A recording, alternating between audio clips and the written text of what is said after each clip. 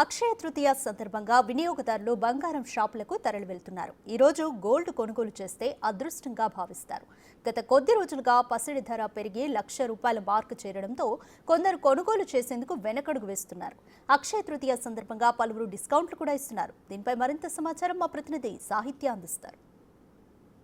తృతీయ రానే వచ్చేసింది. బంగారం ధరలు అధికంగా పెరుగుతున్న నేపథ్యంలో అయితే కనుక ఇవాళ తగ్గుముఖం పట్టాయా లేకపోతే ఇంకా అదే రేటు కొనసాగుతూ ఉందా? కస్టమర్లు అయితే కనుక బంగారం షాపులకి వచ్చి బంగారం కొనుగోలు చేయడానికి అయితే అధికంగానే వస్తున్నారని చెప్పొచ్చు. తెల్లవారుజామున 7 గంటలకే బంగారం షాపులన్నీ కూడా తెరిచిన పరిస్థితి కనబడుతుంది. ప్రస్తుతం మనం లలిత జ్యువెలర్స్ లో అయితే ఉన్నాము. కస్టమర్స్ అందరూ కూడా ఏదైతే ఇవాళ అక్షయ తృతీయ కాబట్టి ఖచ్చితంగా ఇవాళ బంగారం కొనుగోలు చేయడానికి అయితే కనుక అధికంగా బంగారం షాపులకి వస్తూ ఉంటారు. మనం చూడొచ్చు ఆల్రెడీ ఇక్కడ కస్టమర్స్ కూడా కొంతమంది బంగారం కొనుగోలు చేస్తూ కూడా ఏమేమి వెరైటీస్ ఉన్నాయని కూడా చూస్తూ ఉన్నారు. ఇవాళ బంగారం కొంటే ఖచ్చితంగా ఇంటిల్లపాది కూడా అదృష్టం వరిస్తుందని చెప్పేసి అందరూ భావిస్తూ ఉంటారు. కాబట్టి ఇవాళ ఎక్కువగా బంగారం కొంటూ ఉంటారు. అయితే గత వారం రోజులుగా మనం చూసుకున్నట్లయితే కనుక బంగారం ధర అధికంగా పెరుగుతూ వస్తోంది. ఇటువైపు కొంత తగ్గుముఖం కూడా పడుతున్న నేపథ్యంలో అయితే కనుక ఇవాళ బంగారం ధర ఎలా ఉండబోతోంది అని చెప్పి కూడా అందరూ భయాందోళనకు గురైన పరిస్థితులు కూడా ఉన్నాయి.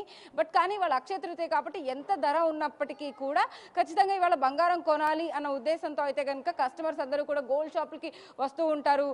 యాక్చువల్లీ గోల్డ్ చాలా పెరుగుతుందండి, అందరికీ తెలిసిన విషయమే. అందుకని మంచి ఇన్వెస్ట్మెంట్ గోల్డ్లో పెట్టడము. కాకపోతే మా విషయంలో మేము స్కీమ్ కట్టాము లాస్ట్ 1 year నుంచి.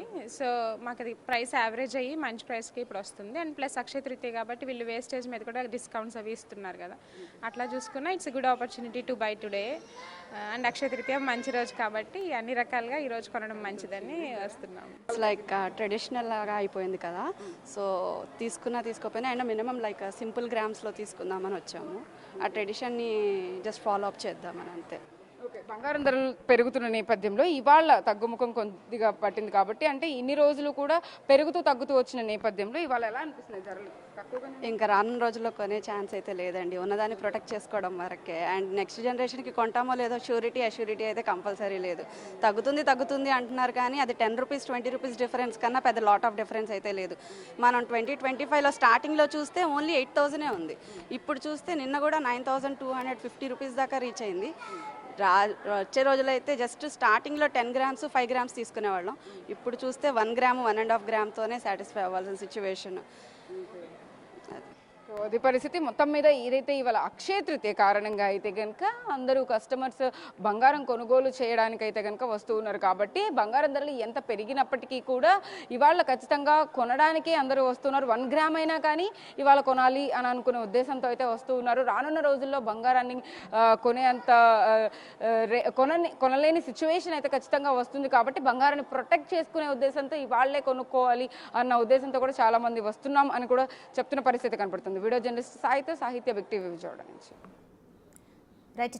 హైదరాబాద్లో కూడా గోల్డ్ షాపుల్లో అక్షయ తృతీయ సందడి తగ్గిందనే చెప్పాలి. గత ఏడాదితో పోలిస్తే ఈ ఏడాది వినియోగదారుల రేట్ అయితే వినియోగదారులు బంగారాన్ని కొనడం అయితే బాగా తగ్గిందనే చెప్పాలి. బంగారం రేట్లు రికార్డు స్థాయిలో పెరగడంతో కస్టమర్లు సెంటిమెంట్ను పక్కన పెట్టినట్టుగా కూడా కనిపిస్తుంది. గతంతో పోలిస్తే అమ్మకాలు ఆ స్థాయిలో లేవని వ్యాపారులు చెబుతున్నారు.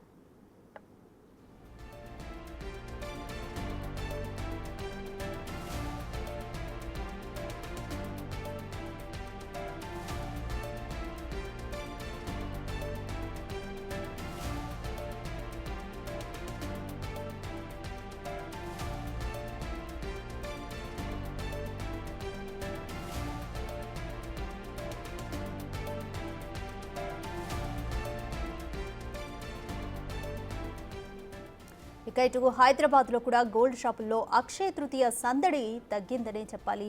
గత సంవత్సరంతో పోలిస్తే ఈ సంవత్సరము వినియోగదారులు బంగారాన్ని కొనేందుకు తక్కువగా మొగ్గు చూపిస్తున్నారు. బంగారం రేట్లు రికార్డు స్థాయిలో పెరిగిపోవడమే కస్టమర్లు సెంటిమెంట్ను పక్కన పెట్టి మరీ బంగారం వినియోగాన్ని తగ్గిస్తున్నారు. గతంతో పోలిస్తే అమ్మకాలు కూడా ఆ స్థాయిలో లేవు అని వ్యాపారులు వాపోతున్నారు.